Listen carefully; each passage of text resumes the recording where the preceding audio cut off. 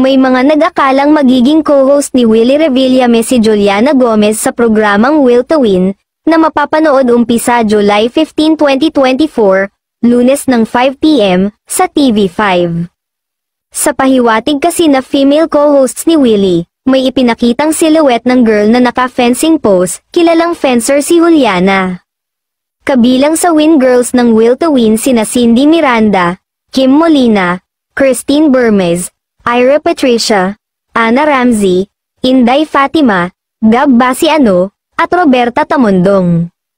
Okay lang nga ba kay Mayor Lucy sakaling maging co-host sa bagong TV show ni Willie ang yun nakahihan nila ni Congressman Richard Gomez?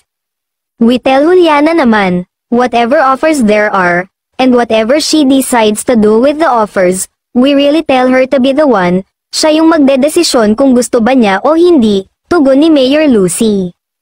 Huwag niya kaming isipin, na dapat gawin or hindi dapat gawin, it's up to her.